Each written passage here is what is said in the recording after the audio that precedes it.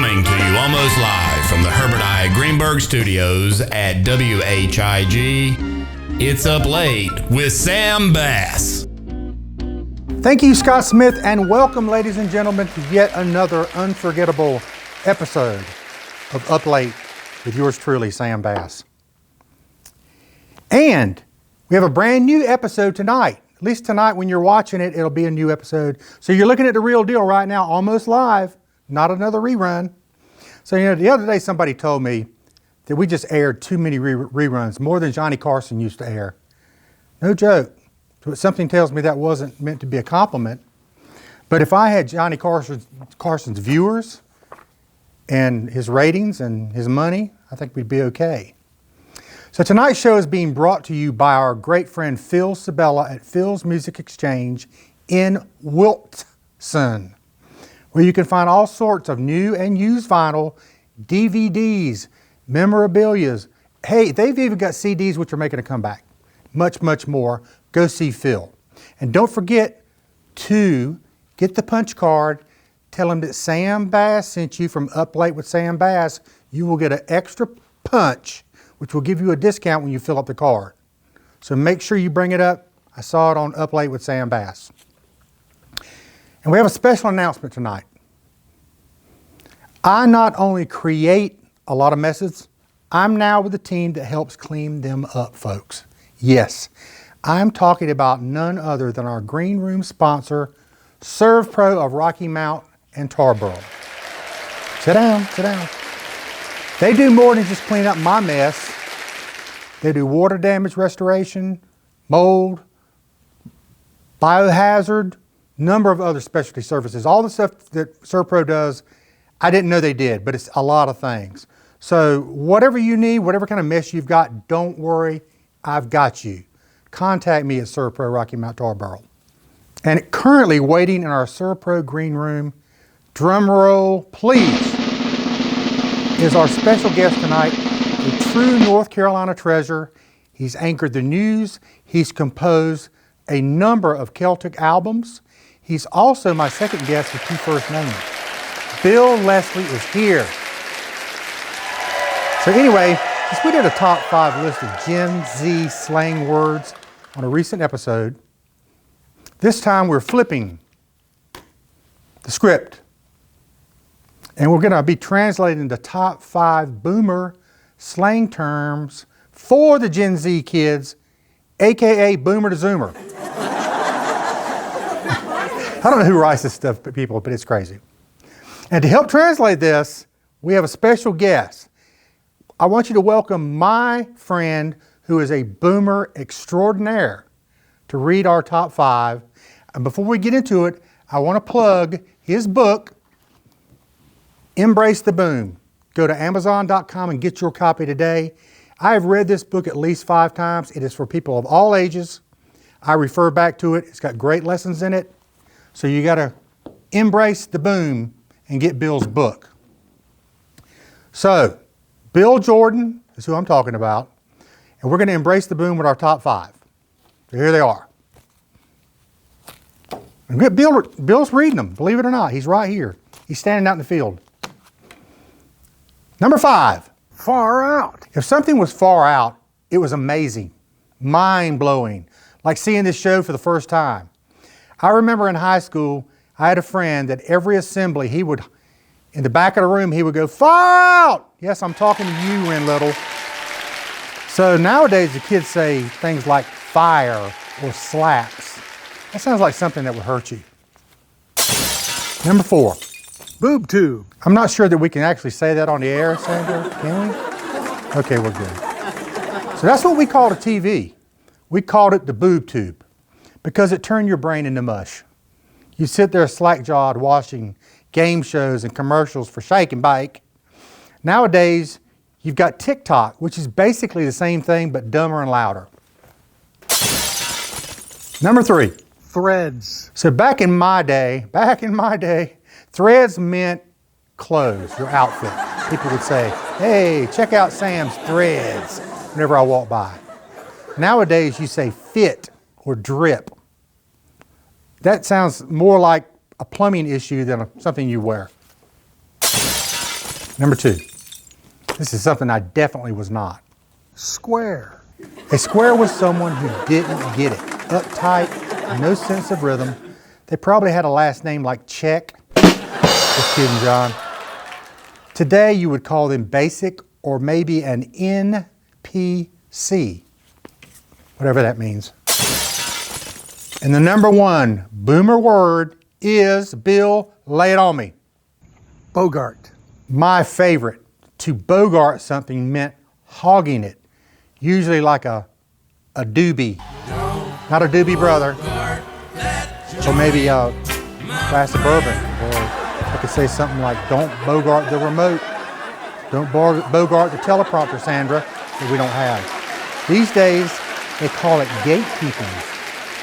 Same idea, not as cool sounding. And that's definitely our grooviest top 5 list to date. Thanks, Bill Jordan. I appreciate you for doing that. We'll be right back with another Bill Leslie. Sit tight.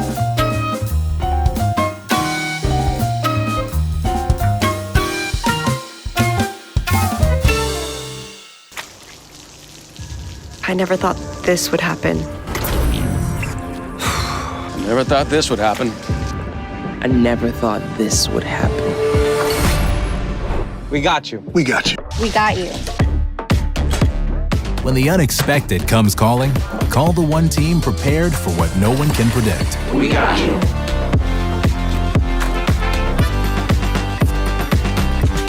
ServPro, like it never even happened. Phil's Music Exchange of Wilson offers thousands of vinyl LPs, CDs, cassettes, 8 tracks. They even have reel-to-reels, DVDs, Blu-rays, VHS, video games, an abundance of music for the music lover. Check them out today. Phil's Music Exchange in Tarboro, 207 West Tarboro Street, downtown Wilson, or philsmusicexchange.com.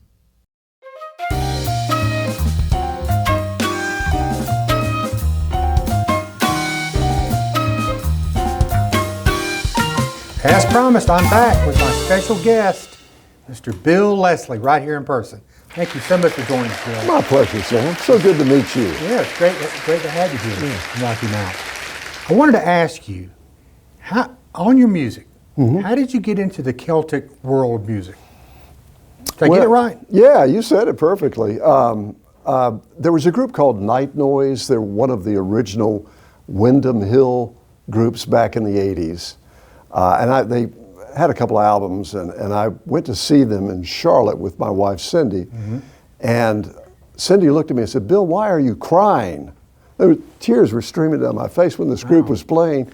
And I'd always heard that if you ever catch yourself crying unexpectedly, there is something out there that is reflecting on something inside of you. So I think it was a sign that I need to look into that music. Maybe that's my sort of music. Maybe that's why I cried when I saw you walk in the parking lot. Yeah, I was so excited.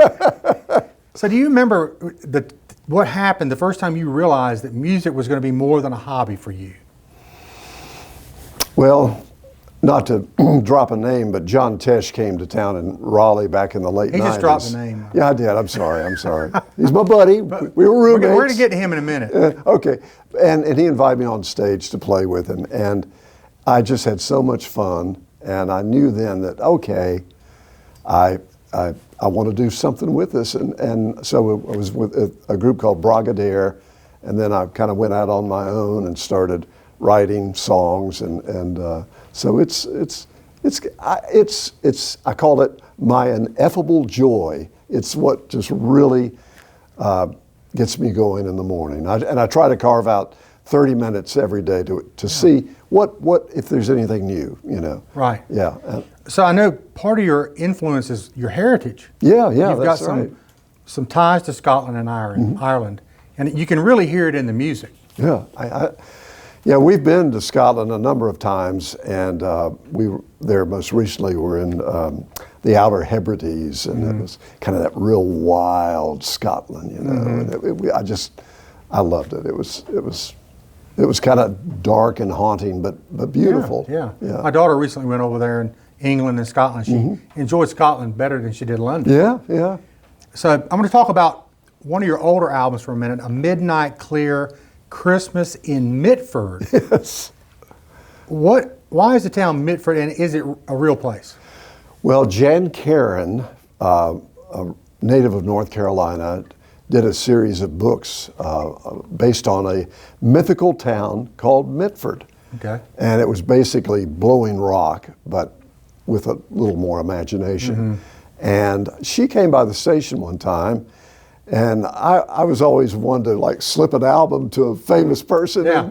and hope that maybe something would come of it.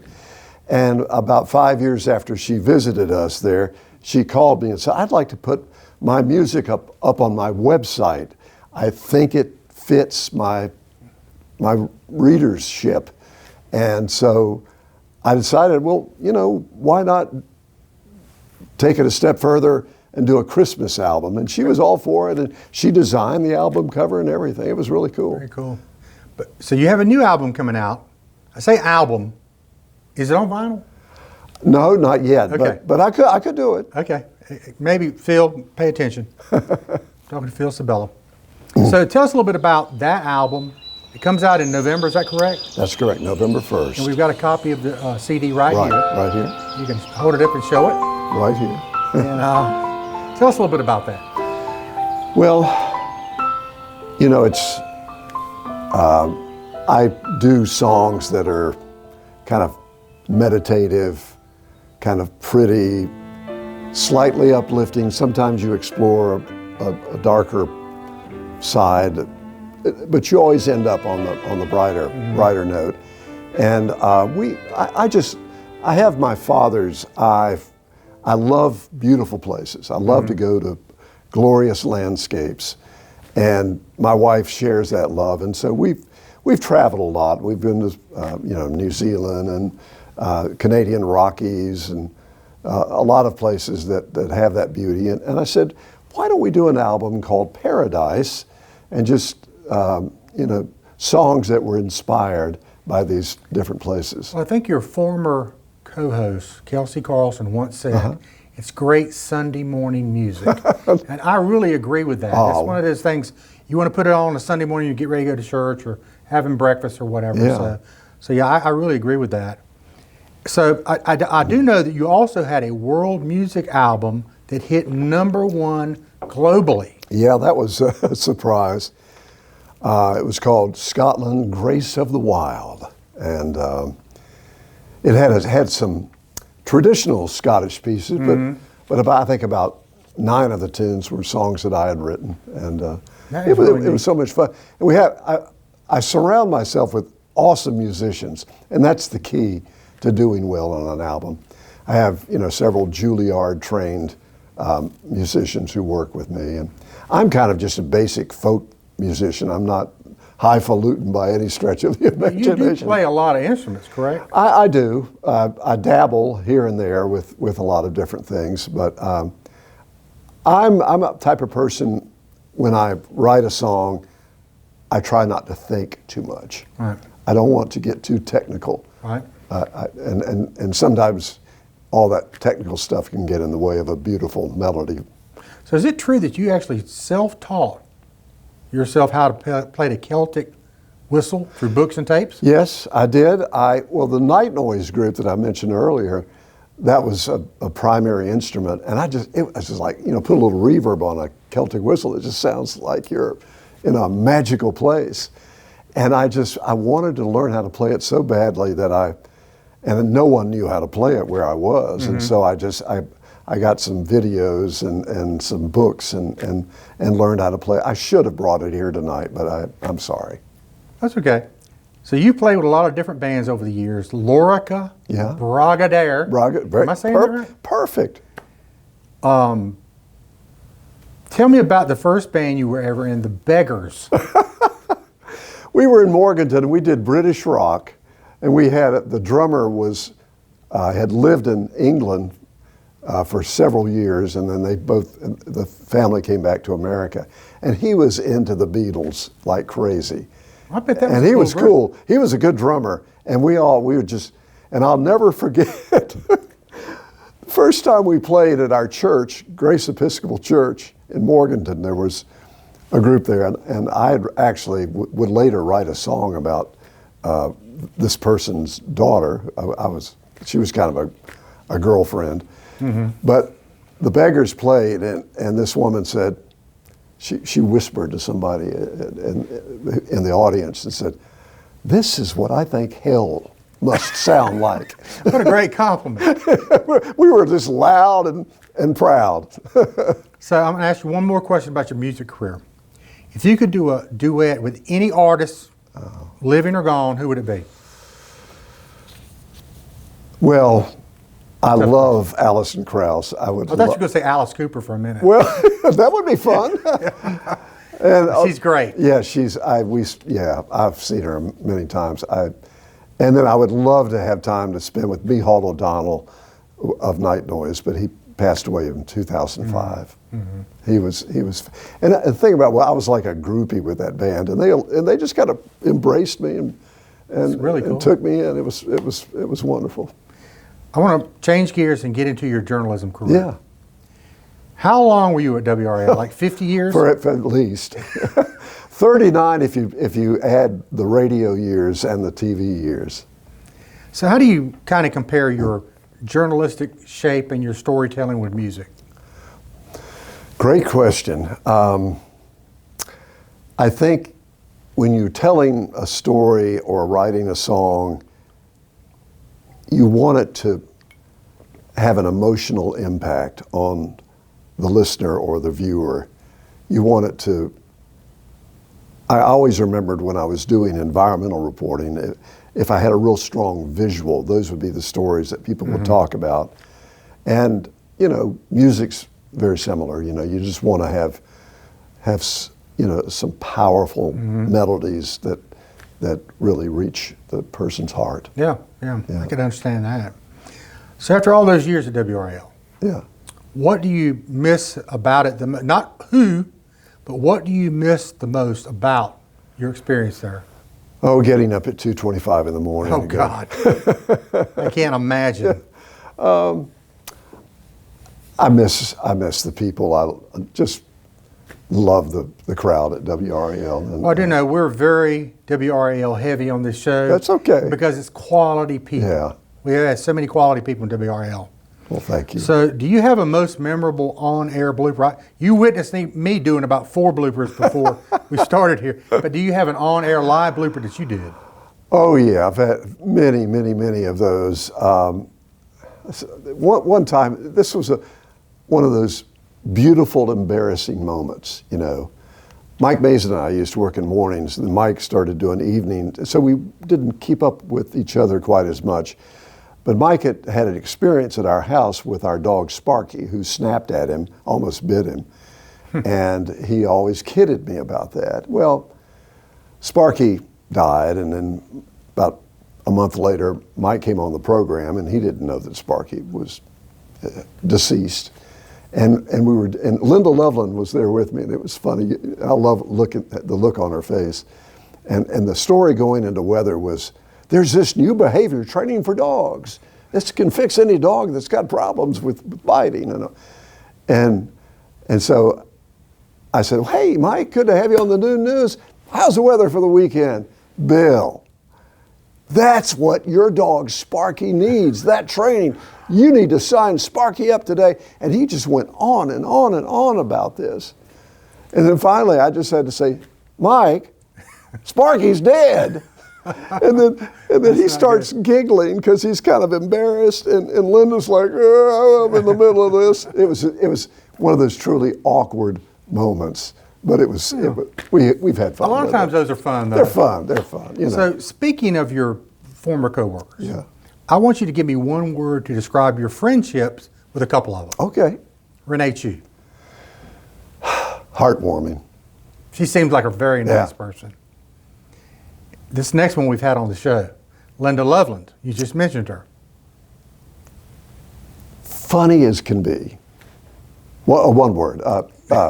You can say hilarious. Yeah. Okay. We really enjoyed having her here. Yeah. And this is a tough one here for one word. Charlie Gaddy. The Rock. I get that. Yeah. I recently saw some pictures of all y'all together when he passed away. Yeah. And I really hate I never got to meet Charlie Gaddy. But great guy. Oh, we were at some event and Crabtree was there and I was there, and we were kind of talking about all of the stuff we had done. And every time they'd ask Charlie would have something that just was more profound than by a mile than anything that we said. So I'm going to switch gears again. Do you ever get recognized in the grocery store? And if you do, is it for your music? And I think I know what the answer is, or from your TV career. I do get recognized primarily for TV, but I hear a lot of people come and say, and I really like your music. Well, that's good. That's good. That's good. So do you ever get any recommendations for music or anything like that, people? Yeah, some people will say, you'll probably like, Yeah. The only problem is lots of times, around the holidays, we're busy. I'm with Cindy and we're trying to get shopping done. And some people just have long stories that you don't hear it go all. on and on and on. And Cindy's like, let's get out of here. Yeah. So you mentioned John Tesh earlier. You were roommates with John Tesh at Carolina, correct? Well, he was taking a semester off from NC State. I had already graduated from Chapel Hill. And John said, all right, if I got a semester off, I want to learn to be a broadcaster. So he wanted to work at WKIX, which was the place to work. And he came to our studio almost every day for a week, basically begging for a job. And John's the nicest guy in the world, funny. And the story was, and it's absolutely true, Pat Patterson, who was the program director and quite a personality on air. Patterson said, Bill, we need a center for the radio station basketball team, the Kicks Cagers. Tesh is 6'6". You guys need to hire him. And that's how he got the job. That is great. And he turned out to be a great broadcaster. And I know he was married to Connie Selica. Yeah, still is. Oh, is he? Yeah. She was gorgeous back in the day. Yeah. Another name I'm going to throw at you is Rick Dees. Oh, my gosh. Tell me a little bit about your relationship with him. Well, I met him at Carolina, and he got me my first job in radio news. He was spinning the hits at WTOB in Winston-Salem, and he needed a newsman for the weekend, and he talked their news director into hiring me, and so I read the news, and Rick Dees played the hits. Now, have you ever been roped into a disco duck dance-off back in the day when Rick Dees put that out? And people, if you've not heard Disco Duck, it's the craziest song of all time. It was a #1 song in the 70s. Yeah, it was. And the funny thing about it was when Cindy and I were married, Dees was an usher in our wedding, and he came for the rehearsal dinner, and we played that song at the rehearsal dinner. And I'll be honest with you, everybody said, "Oh my gosh, that's the dumbest song in the world, Dees. You're making a fool of yourself." And about, $8 million later, he was laughing at all of us. Crazy song. Yes. So you mentioned Cindy. How long have y'all been married? 49 years. Wow. 50 next year. We're going to try to make it to 50. What's the date of 50? June 26th. Okay, I must got you in trouble. Okay. Yes, I better remember that. But that's great. That's a hard milestone to get to. I've been married a long time. You're like 35 years? Marty? Yeah. Marty? Yeah, yeah. How do you know that? Marty, Bill Leslie knows how long we've been married. Is Penny still around? Penny's my dog. Is it Emily, your daughter? Emily's my daughter. Okay, good. We had her doing the top 5, the Gen Z top 5. Yeah, We got her to do that. Okay, good. This guy does his homework. So you have grandchildren. Yes, 4 granddaughters. Oh, they're fun. Gosh, they're fun. All granddaughters. Yeah. Is any one of the kids going to punch out a son anytime soon? Little Bill Leslie III, or whatever. Several of them were musical, and very good. Yeah, that's rewarding. Yeah, because I grew up playing music and everything. And you play guitar, right? Yeah, I play bass guitar. Yeah, yeah. And by the way, I was going to ask you: have you ever played the cowbell? No, but if I did, I'd want more and more of it. I know somebody that everybody wants more cowbell. Yeah, we have a cowbellist on staff who's an expert cowbell player. Really? That, by the way, is Jamie our producer. Jamie, over Jamie, there. Yeah. I'm telling you, I got a video I want to show you. She's a great Okay. cowbellist. I would love to If hear. there's such a thing. I would love to hear that. So, what about your pets? We are petless now. Okay. We had the best dog for almost 13 years, the name of Rufus, I remember that. named after Rufus Edmiston. And he was the sweetest, most wonderful dog, kind of a Velcro dog. Just loved to be in with us in our lap. That's my Penny. Yeah, and we, my grandparents had a dog named Penny, Yeah. by the way, yeah. And I just don't know if we could. We became so attached to Rufus. And when It's tough. when he passed, it was rough. It is tough. Yeah. I've experienced it. It is one of the toughest things in life. Yeah. So, another question. So, when you're away from all the music and the fans running you down at the grocery store, Yes. what do you do to relax? Play pickleball. Okay, he's off the show. I'm just kidding. We have a running joke about pickleball players. Yeah. So, you like to play pickleball? I love it. It takes me back to my childhood. You know, I can be competitive.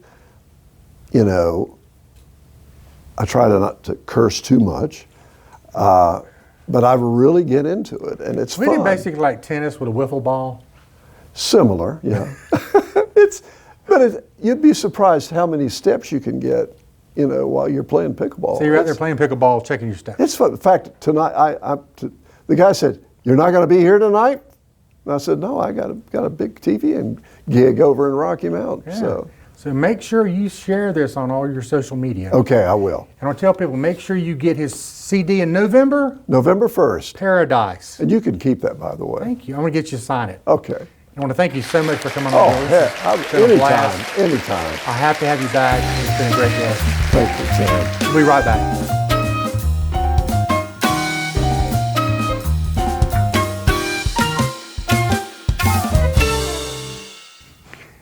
Hey, I want to thank my special guest, Bill Leslie, for joining us here tonight. We had a great conversation. I want to give a shout out to Bill Jordan for that great top 5 he did. So listen, folks, every Thursday night at 10 and Saturday night at 10, right here on WHIG, it's Up Late with Sam Bass. Peace out.